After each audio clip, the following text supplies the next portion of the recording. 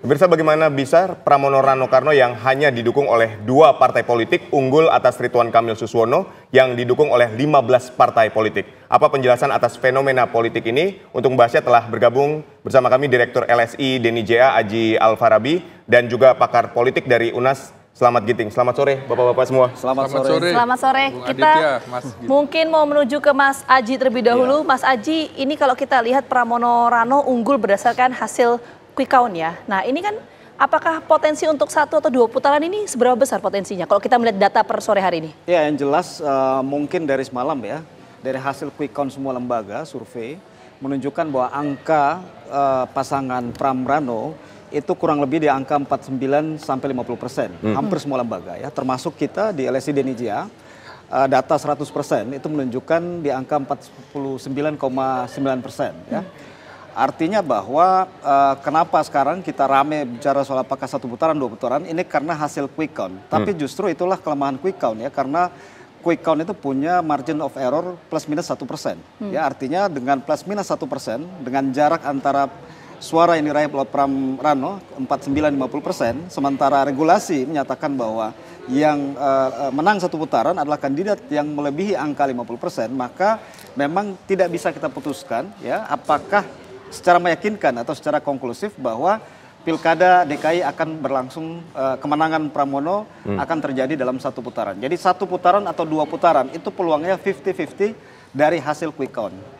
Baik, tapi kan yang menarik gini, ketika pasangan dari Pramono Rano mengklaim bahwa berdasarkan hasil rekapitulasi internal dari hasil C1 KWK yang ada di KPU, menang nih 50,07%.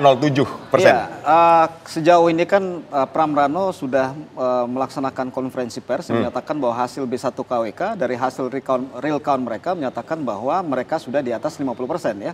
Sementara di sisi lain kita tahu pasangan Ridwan Kamil dan Suswono juga menyatakan bahwa Pilkada DKI akan berlangsung 2 putaran karena tidak ada satupun calon yang cukup di atas 50%. Jadi kalau hasil real count baik oleh kandidat atau tim sukses maupun oleh KPU yang sementara berjalan itu juga tidak bisa dijadikan acuan ya, karena dalam aturan undang-undang yang akan menjadi acuan apakah nanti pilkada 1 putaran atau 2 putaran adalah hasil penetapan KPU dari penetapan yang berjenjang dari tingkat kecamatan, kabupaten kota hingga provinsi. Jadi kita harus menunggu sampai tanggal 12 atau tanggal 15 sesuai jadwal KPU untuk memastikan apakah Pilkada DKI akan berlangsung 1 putaran atau 2 putaran. Baik, yang pasti quick count tidak bisa memutuskan apakah ini berlangsung 1 putaran atau 2 putaran. Baik, kalau melihat data terakhir dari LSI Denny J.A., datanya berapa Mas? Yang Anda punya, yang Anda miliki?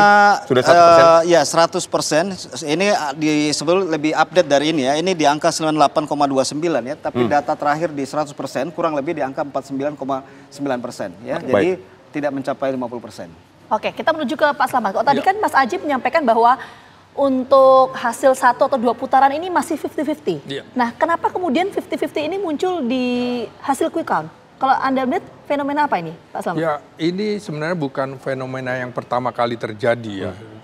Pada pemilihan gubernur Jawa Timur, itu 2 kali hal ini juga sempat terjadi.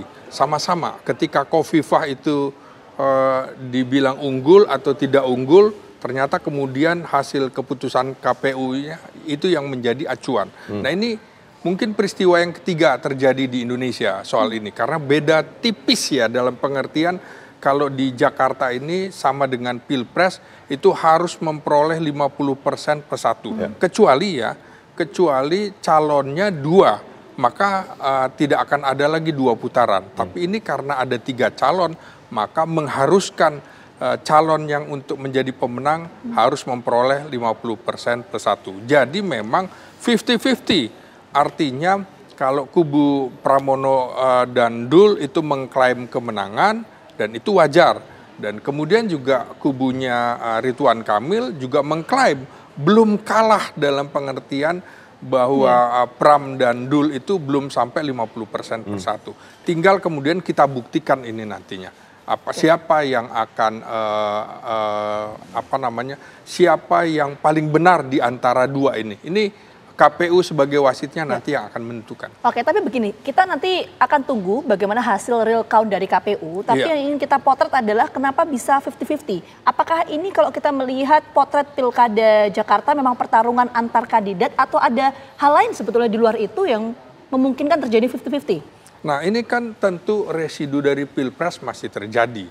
Dan kalau bicara pilkada, pilpres, ketokohan seseorang itu, calon itu lebih kuat dibanding kemudian berapa banyak partai politik pendukungnya. Ini kenapa kemudian menjadi 50-50? Karena margin of error-nya itu. Kalau kemudian margin error-nya plus minus 1, maka yang 49 itu sangat mungkin juga bisa menjadi 50% lebih. Tapi bisa juga kalau 50% margin error-nya kurang, berarti kurang juga. Maka paling aman sesungguhnya di angka 54%. Sehingga ada margin of error juga tidak ada masalah di situ. Baik, ini kan yang menarik kalau pemilihan gubernur ini berlangsung 1 putaran sudah pasti ya Pramono Anung yang menang. Nah, bagaimana jika pemilihan gubernur ini berlangsung 2 putaran? Silakan nanti dianalisis Mas Aji dan Bang Slamet, tapi usai jeda tetaplah bersama kami.